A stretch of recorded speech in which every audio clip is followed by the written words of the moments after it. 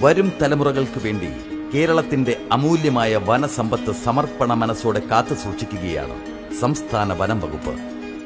വന്യജീവികളും മനുഷ്യരും തമ്മിലുള്ള സംഘർഷങ്ങൾ പരമാവധി ലഘൂകരിക്കാൻ ശ്രമങ്ങൾ. ഉപദ്രവകാരികളായ കാട്ടുപന്നികളെ നശിപ്പിക്കാൻ പ്രാദേശിക ഭരണ സ്ഥാപനങ്ങൾക്ക് അധികാരം. പരിസ്ഥിതി ലോല മേഖലയുമായി ബന്ധപ്പെട്ട് ഹെൽപ്പ് ഡെസ്കുകളിൽ വന്ന മുഴുവൻ പരാതികൾക്കും പരിഹാരം. സ്വാഭാവിക വനങ്ങളുടെ പുനഃസ്ഥാപനത്തിന് ഇന്ത്യയിൽ ആദ്യമായി നയരേഖ. വിദേശ ഇനം വൃക്ഷങ്ങളെ നീക്കം ചെയ്ത് തദ്ദേശീയ ഇനങ്ങൾ മാത്രം വളർത്തിയെടുക്കാൻ തീരുമാനം.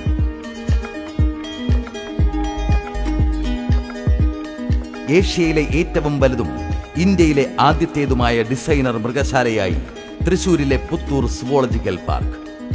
കുളത്തൂപ്പുഴയിൽ രാജ്യാന്തര നിലവാരത്തിൽ കേരളത്തിലെ ഏറ്റവും വലിയ വനം മ്യൂസിയം.